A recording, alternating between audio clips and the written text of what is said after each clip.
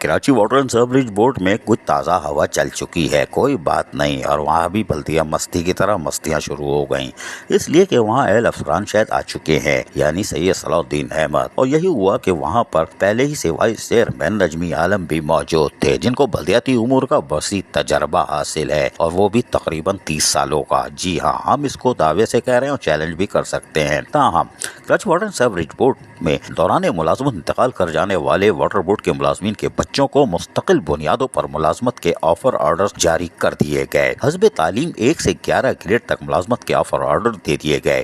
تقریب کا انعقاد چیئرمین سیکریٹریٹ واٹر بورڈ کارساز میں ہوا۔ تقریب کے مہمان یعنی کہ وائس چیئرمین سید نجمی عالم تھے، جبکہ سی ای او انجینئر سید صلاح الدین احمد اور سی او او انجینئر اسد اللہ خان تھے۔ وزیر بلدیات سندھ کی ذاتی دلچسپی، سی او او اور سی او او کے انتھک کاوشوں کے باعث آفر آرڈر جاری کیے گئے۔ وائس چیئرمین واٹر بورڈ سید نجمی عالم نے کہا کہ یہ یقینی طور پر وزیر بلدیات کی کاوشوں کا نتیجہ ہے۔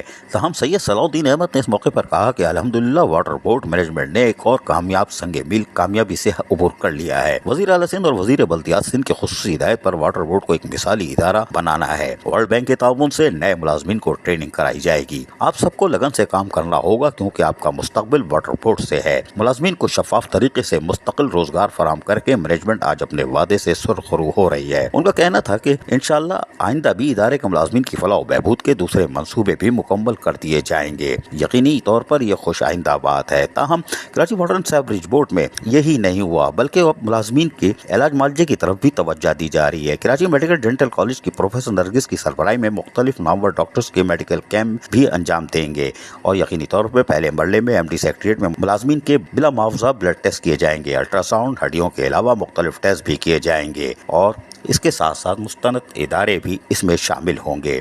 جبکہ دوسرے مرحلے میں واٹر بورڈ کے دیگر دفاتر میں بھی فری میڈیکل کیمپ قائم کیے جائیں گے۔ سی او واٹر بورڈ انجینئر سید صلاح الدین احمد نے یہ خوشخبری سنا دی۔ ان کا کہنا تھا کہ ملازمین کو طبی سہولیات فراہم کرنا ہماری اولین ترجیحات میں شامل ہے۔ Karachi water and sewerage board میں اس طرح کی تبدیلی یقیناً ملازمین کے جائز حقوق کے مفادات کا تحفظ بھی ہے، اور ان کو ایک مراد حاصل ہو جائے گی جس سے وہ اور ان کے اہل خانہ فائدہ اٹھا سکتے ہیں۔ عزیز عارف، کے بی ایس بلدیاتی نیوز، کراچی۔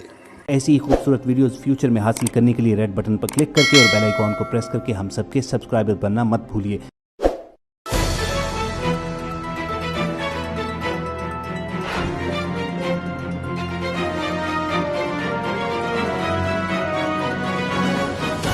KBS بلدیاتی نیوز۔